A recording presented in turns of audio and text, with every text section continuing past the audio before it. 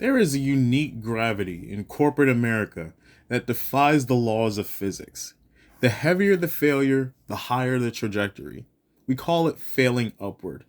It's an infuriating phenomenon where catastrophic mismanagement doesn't result in swift termination, but rather in a multi-million-dollar payout and a strategic exit and an eventual appointment to another corporate throne. If you want to see this gravity defying act in real time, look no further than this week's headlines.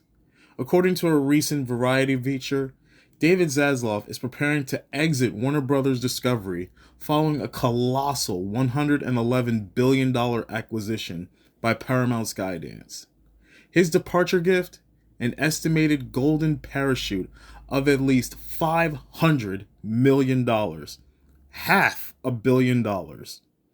Zaslav leaves behind a deeply controversial legacy. Throughout his tenure, he became infamous for treating art strictly as numbers on a spreadsheet. He shelved fully completed films for tax write-offs, gutted beloved streaming libraries, and effectively alienated the creative community that helped build Warner Brothers into a century-old titan. And yet, for systematically dismantling the cultural cachet of one of Hollywood's most storied studios and ultimately selling it off, he is being rewarded with $500 million. As the Variety headline astutely points out, he's leaving a rich man, even reportedly expressing that he'd love to stay around even longer. And why wouldn't he? When your punishment for alienating audiences and burning down a legacy is a nine-figure payday, failure looks entirely indistinguishable from hitting the jackpot. But it is crucial to recognize that Zaslav is merely the latest, most visible symptom of a deeply entrenched disease. He is not an anomaly. He is the system functioning exactly as it was designed to.